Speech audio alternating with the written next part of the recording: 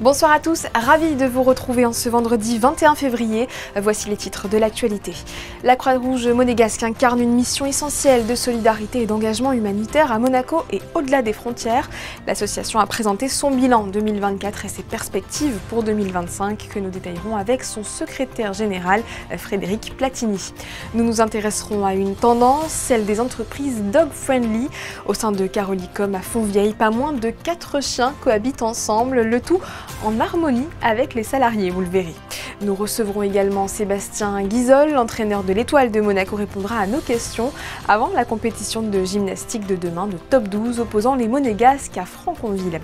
Et puis nous prendrons la direction du Grimaldi Forum où le groupe de rock Dead Chic s'est produit hier. Une soirée électrisante à l'issue de laquelle Fabien Bonnier a pu s'entretenir avec les deux artistes. Nous ouvrons donc ce journal avec la Croix-Rouge monégasque. L'association a tenu aujourd'hui sa conférence de presse annuelle afin de dresser le bilan de l'année écoulée et évoquer les perspectives pour 2025. Nous recevons son secrétaire général, Frédéric Platini. Bonsoir. Et bonsoir. La mission de la Croix-Rouge monégasque est aussi bien locale qu'internationale. Est-ce que vous pouvez citer les dernières interventions de l'organisation à ces deux niveaux ? Oui, alors je pense que les activités locales de la Croix-Rouge monégasque sont connues à travers le service social, la crèche-garderie, le secourisme, notre action au niveau de l'hôpital, mais aussi des maisons de retraite. Donc ça, je pense que c'est connu. Ce qui a été nouveau, je dirais, en 2024 et qu'on voit continuer en 2025, c'est la recrudescence des appels d'urgence qui sont lancés à la fois par le FICR pour tout ce qui est catastrophe naturelle et par le CICR sur la partie conflit, où la Croix-Rouge monégasque en 2024 a répondu à plus de 40 appels, alors que normalement on répond à une quinzaine d'appels, ce qui veut dire qu'il y a une recrudescence, je dirais, d'événements catastrophiques au niveau global. Ça, c'est vraiment ce qui a marqué l'année 2024. D'accord. Et au niveau local, vous soutenez aussi de nombreuses associations. Je pense à la MAPI, par exemple, on peut en mentionner beaucoup. Elle compte sur votre soutien tout au long de l'année ? Oui, alors on récolte des fonds de nos donateurs pour mettre en place, je dirais, nos actions. Mais nos actions, c'est pas que les actions de la Croix-Rouge monégasque, c'est aussi celles du tissu associatif monégasque. On soutient Fightets, on soutient Monaco Disease Power, on soutient aussi Mission Enfance et d'autres associations quand elles nous présentent des programmes où on estime que ça fait du sens par rapport à la mission de la Croix-Rouge monégasque. L'accompagnement des bénéficiaires est bien sûr au cœur de l'action de la Croix-Rouge monégasque. Vous leur offrez un soutien à la fois matériel, moral et social. Oui, sur l'aide sociale, on vient de faire un point où on a aidé à peu près 500 foyers, que ce soit sur Monaco, mais aussi, je dirais, majoritairement sur les communes limitrophes. Et on vient en aide, je dirais, à ces foyers pour faire face à des problèmes de paiement de loyer, de paiement d'électricité, mais aussi des dons alimentaires pour les populations ou pour les foyers qui ont le plus de difficultés. Au-delà de l'aide d'urgence que vous venez d'évoquer, qu'est-ce que vous aimeriez mettre en place ou développer pour 2025 ? Alors on a beaucoup de réflexions avec notre section jeunesse, parce qu'on a des jeunes de plus en plus impliqués au sein de la Croix-Rouge monégasque. La relation intergénérationnelle entre nos jeunes et les aînés, c'est quelque chose qui est en train de se développer, mais à une vitesse que j'avais pas envisagée. Donc sur cette année 2025, je m'attends à beaucoup de surprises de la jeunesse. Et je m'attends aussi à une activité internationale particulièrement chargée et aussi avec le fait que la Croix-Rouge monégasque va accueillir en octobre 2025 52 sociétés nationales, ça veut dire 52 Croix-Rouges européennes et d'Asie centrale ici à Monaco pour une conférence qui sera tournée autour du DIH, ça veut dire du droit humanitaire international, mais aussi des crises qui sont liées au changement climatique. Vous parliez de la jeunesse, il y a par exemple un partenariat avec Be Safe Monaco que vous aimeriez mettre en place pour sensibiliser sur les dangers de l'alcool au volant. Oui, Be Safe fait déjà très bien le travail, mais on pense qu'avec le soutien de la Croix-Rouge monégasque, on peut arriver à toucher plus de jeunes. On a vu les problèmes, le problème que peut procurer, je dirais, le fait de conduire en étant alcoolisé en principauté, avec pas mal d'événements catastrophiques en 2024. Donc on voudrait soutenir encore plus Be Safe, avec les bénévoles qui sont aujourd'hui au sein de la Croix-Rouge monégasque, mais aussi avec des aides financières, si la Croix-Rouge monégasque peut aider encore plus Be Safe. Et de quoi auriez-vous besoin pour mener à bien vos futures actions ? Plus de bénévoles, plus de dons ? Bénévoles, on est arrivé aujourd'hui à dépasser les 700 bénévoles au sein de la Croix-Rouge monégasque avec une population qui s'est largement rajeunie. Donc je dirais oui, on a besoin d'encore plus de bénévoles puisqu'on a des actions qui se diversifient et on a besoin aussi de donateurs. Mais je pense qu'on est bien couvert d'un point de vue bénévole, donc il faut que des jeunes additionnels viennent nous renforcer, ou des moins jeunes d'ailleurs, et après il faut que les donateurs continuent à nous soutenir comme ils ont soutenu depuis plusieurs années. En chiffres, pour parler des bénévoles, près de 40% ont moins de 35 ans et on peut intégrer la Croix-Rouge monégasque dès l'âge de 16 ans, c'est ça, pour faire partie donc de cette fameuse section jeunesse? C'est ça, il faut une autorisation parentale quand même pour intégrer la section quand vous avez moins de 16 ans. Mais effectivement, vous pouvez rejoindre cette section à partir d'un âge précoce. Et après, c'est des populations qui nous quittent et qui reviennent. Les jeunes vont faire des études secondaires et puis après ils reviennent en principauté et réintègrent une section qui ne sera plus forcément la section jeunesse, qui peut être une autre section. Mais oui, on voit cette population très active aujourd'hui sur nos actions. Prochaine échéance pour la Croix-Rouge monégasque, c'est la Journée internationale des droits des femmes, le 8 mars. Vous allez vous associer aux autres entités et institutions du Comité des droits des femmes et proposerez des ateliers. Est-ce que vous pouvez nous en dire un peu plus ? Je peux déjà vous dire que la Croix-Rouge monégasque, elle est composée à plus de 80% de femmes, que ce soit au niveau du conseil d'administration, je pense qu'on est même à 90%. Au niveau de nos bénévoles, on doit être à peu près à 80%, et au niveau de nos salariés aussi à 80%. Donc on est une organisation féministe au sens large. On est une organisation aussi qui, au niveau de ses principes, est non discriminatoire. Donc ça veut dire que tout ce qui est droit des femmes, non discrimination et traitement des genres est quelque chose d'intégré au sein de l'organisation. Merci beaucoup Frédéric Platini d'avoir été avec nous et pour toutes ces précisions. Merci beaucoup. Venir travailler avec son chien, cette pratique se démocratise dans les entreprises pour différentes raisons. Au-delà de créer une ambiance de travail positive, elle permet de diminuer le stress et accroît même la productivité des salariés. À Monaco, le phénomène se développe comme à Carolicom. Reportage d'Alban Jean-Jean et Camille Caloni. Dans cette entreprise, certains amis à quatre pattes ont élu leur second domicile. Les employés sont autorisés à venir travailler avec leurs compagnons à poil, un phénomène qui n'impacte en aucun cas la rigueur et le sérieux des collaborateurs, bien au contraire. Ça m'apaise de les voir, même dans le couloir, on va à l'imprimante, hop, on va Charlie ou Magic qui passe, une petite caresse, et puis c'est reparti. Alors Charlie, tu es prêt? C'est vraiment super important pour moi parce que j'ai un peu de mal à le laisser à la maison. Il vient pas tous les jours, il vient peut-être deux, trois fois dans la semaine. Et voilà, donc c'est sympa de partager sa journée avec lui. C'est Magic, la première boule de poil à avoir fait son arrivée dans les bureaux. Depuis, 6 chiens viennent parfois passer la journée dans l'entreprise. Tout est parti, c'est que dans la société, il n'y avait aucun chien à l'époque. Et mon chien, donc, un jour, est tombé malade. Et donc, je devais l'apporter chez le vétérinaire. Et donc, j'ai demandé l'autorisation à mon patron. Il m'a dit, si vous voulez, vous pouvez l'amener tous les jours, il n'y a aucun problème, ça ne me dérange pas.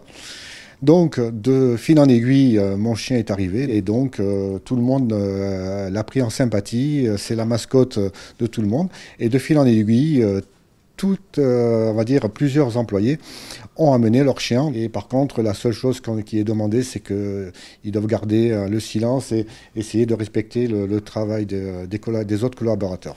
Et c'est prouvé, avoir des animaux au bureau diminue le stress et accroît la productivité et la motivation dans une ambiance de travail positive.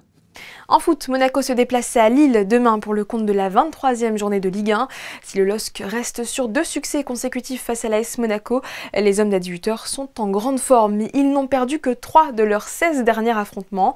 En conférence de presse d'avant-match, le défenseur Thilo Kehrer et le coach le reconnaissent. Ce choc sera décisif dans la course au podium.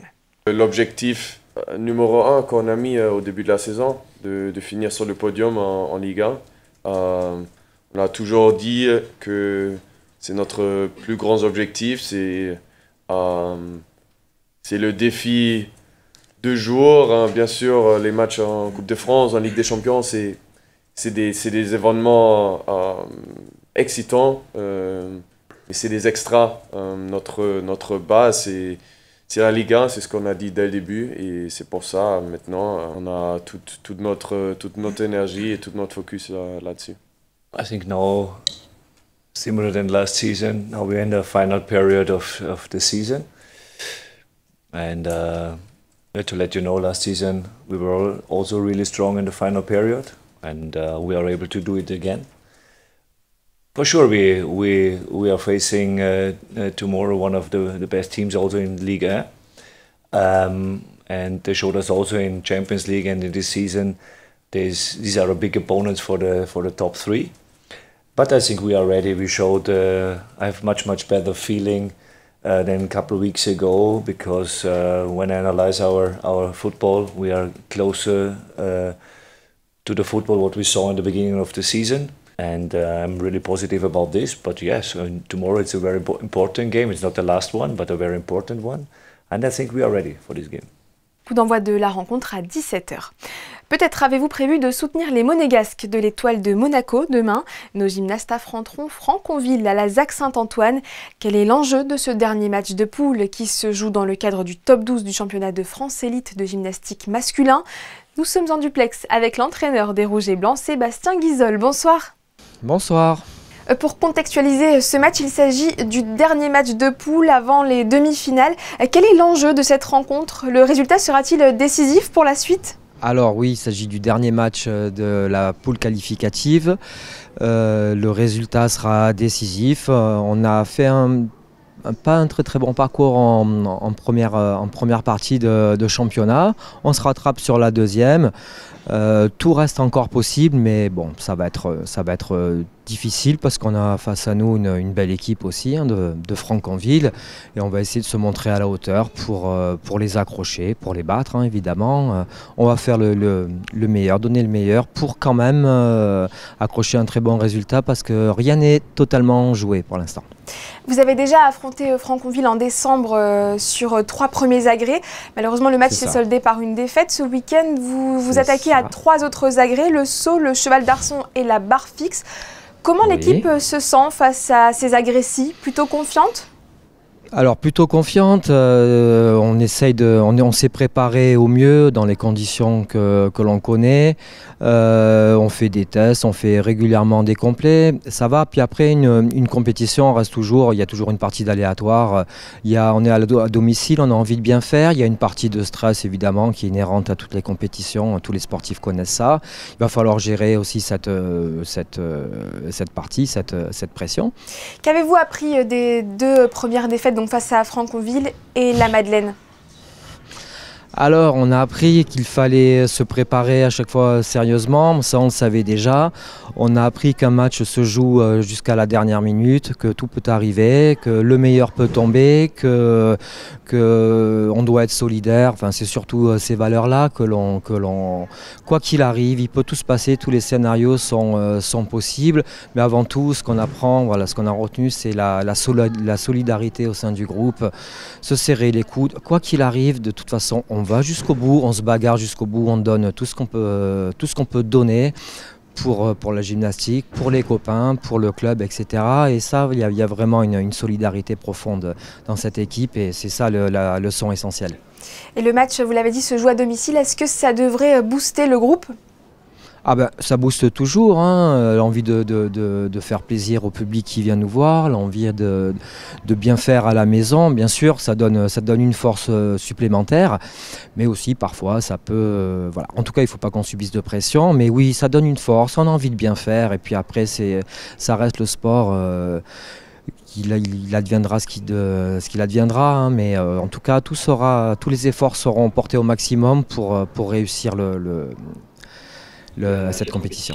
De nouveaux gymnastes ont intégré le groupe. Est-ce que c'est une force? Quelles sont leurs qualités? C'est pas vraiment des nouveaux gymnastes, on a plutôt une équipe entre guillemets d'anciens. Les nouveaux sont en préparation, ils intègrent le groupe au fur et à mesure de leur préparation. On a leur qualité, c'est la jeunesse évidemment. Mais il y a aussi une expérience à avoir, une expérience à développer, et cette expérience elle se vit, elle se développe au travers des compétitions essentiellement. Donc c'est l'occasion, les matchs de top 12 de ce niveau-là, de développer de l'expérience, sachant que c'est quand même une compétition, je le rappelle à chaque fois, différente des compétitions traditionnelles, puisqu'il s'agit de duels entre deux gymnastes. Vous allez pouvoir aussi compter sur Kevin Crovetto qui a participé aux Jeux Olympiques. Quel rôle joue-t-il au sein de l'équipe ? Alors Kevin, oui, effectivement, il a participé aux Jeux Olympiques de Rio. Kevin, il a un petit peu une double casquette, c'est-à-dire qu'il est à la fois un des plus anciens de l'équipe. Il a beaucoup d'expérience et puis aussi il a un côté manager, entraîneur. On se partage les tâches au sein de l'équipe. Bon, lui, il match évidemment, moi non. C'est une pièce centrale dans cette équipe. Vous parliez des jeunes, est-ce qu'ils sont toujours autant attirés par la discipline ? Comment est-ce que la gymnastique se porte à Monaco ? Elle se porte plutôt bien, oui, on maintient le nombre d'adhérents, on réussit même à avoir de nouveaux adhérents de plus en plus nombreux.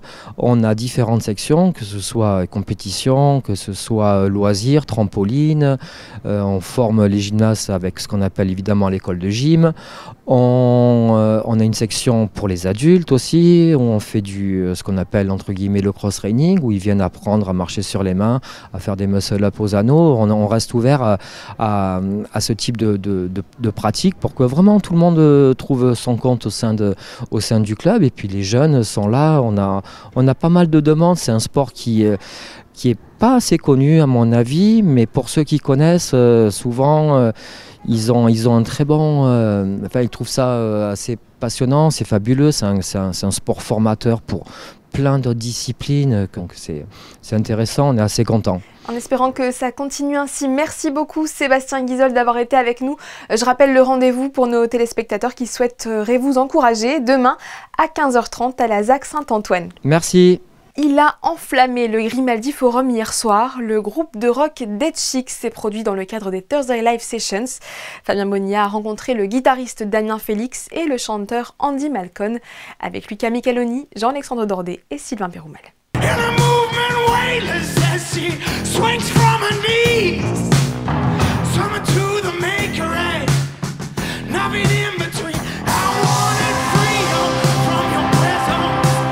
C'est du rock, du blues, du heavy blues ou du heavy rock avec une pincée de soul, peu importe le style ou la case où l'on veut les faire rentrer. En tout cas, ça a déménagé hier au Grimaldi Forum avec un son travaillé, une signature vocale bien particulière. Dead Chic est né d'une rencontre entre le guitariste français Damien Félix et le chanteur britannique Andy Malcon. Le français est issu du groupe Bigger, quant au londonien, il était le leader de Amon Shaker. Ils sont désormais à la tête de Dead Chic et tout est parti d'une collaboration pour au départ un seul morceau. On a vraiment travaillé ensemble en 2020. Où là, on avait sur une collab ouais, Catfish, avec Catfish, ouais, on avait invité Andy qui était dans Amon Shaker, on l'a invité sur une reprise. Catfish qui était votre groupe, après ça, il y a eu ouais. Bigger. Voilà, c'est ça, exactement. Et du coup, on l'a invité sur une collab. Moi, j'ai trouvé ça vraiment super de travailler avec Andy. Et du coup, je lui ai proposé de travailler sur un projet qui soit le nôtre. Je lui ai envoyé une première démo sur laquelle il m'a envoyé des sons, tout ça à distance, parce que lui, Andy habite à Londres et moi dans un tout petit village du Jura. Et on a commencé à travailler comme ça à distance, à écrire et à composer ensemble. Et ça a très vite matché sur les univers, sur l'esthétique, etc. Je pense qu'à la base, Andy et moi, on a une signature sonore particulière. Donc, moi, en tant que guitariste, Andy en tant que chanteur, il a une voix très identifiable. Vous allez le voir, hein. Voilà. C'est une vraie signature. C'est ça, ouais. Donc je pense que tout de suite, il y a déjà ça. Puis après, avec les autres membres du groupe qui sont Rémi Ferbu à la batterie et Mathis Sakenguin au clavier, on retravaille aussi beaucoup les sources. Par exemple, on utilise beaucoup de percussions, on utilise des claviers qui sont très particuliers, des vieux Farfisa, ce genre de choses. Et ça, c'est vraiment c'est des ingrédients en fait qu'on utilise pour faire un plat qui soit le nôtre, quoi, pour vraiment avoir une signature sonore très typée. Ouais. Les Français anglais de Dead Chic ont su se faire remarquer ce jeudi soir au Grimaldi Forum avant de poursuivre leur tournée pour promouvoir un super album à écouter sans modération. Son nom, Sérénade et Damnation.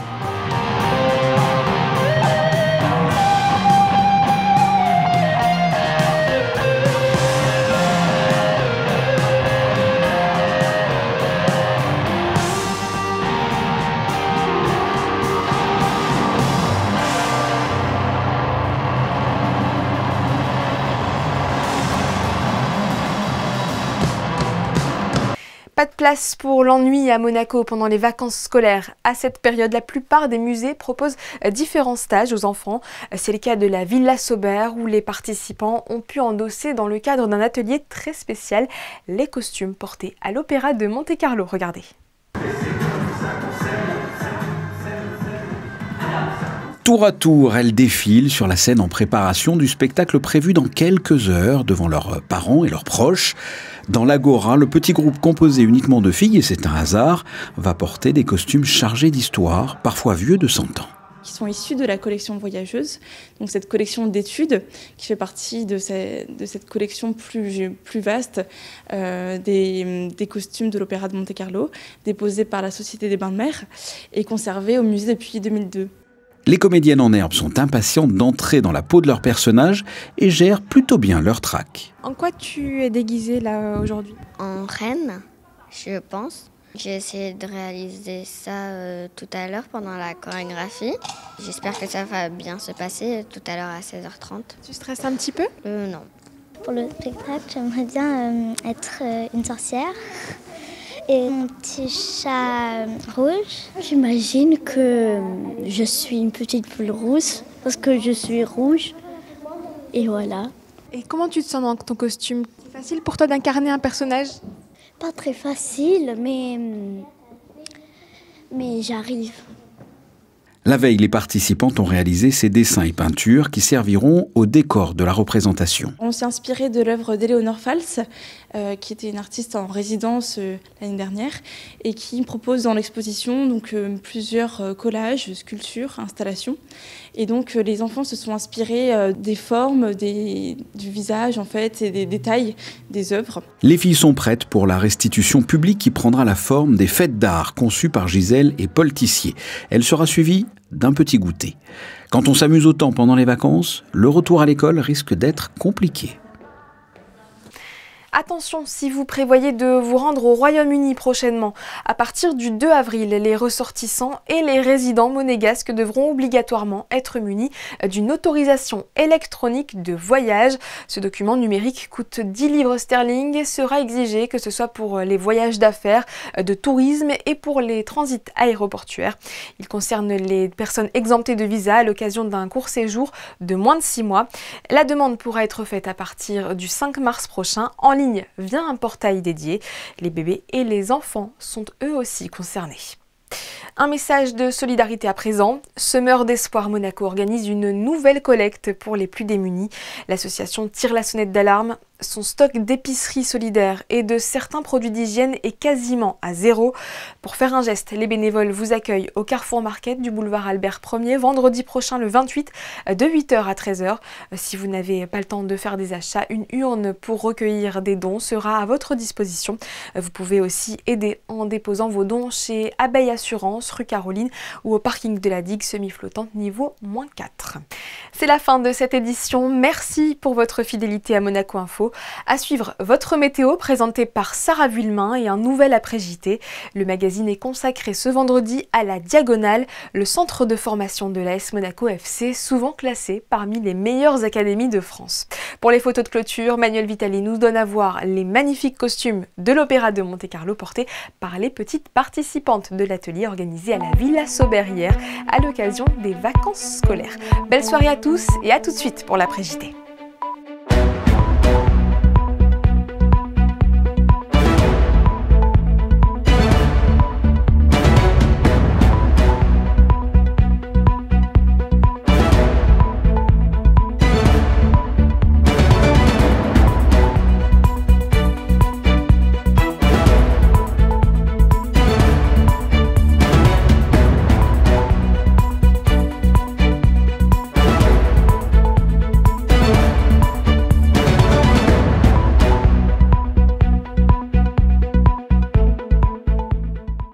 Retrouvez la météo avec Suisse Courtage, votre partenaire de confiance en assurance à Monaco. Protection sur mesure pour particuliers et professionnels.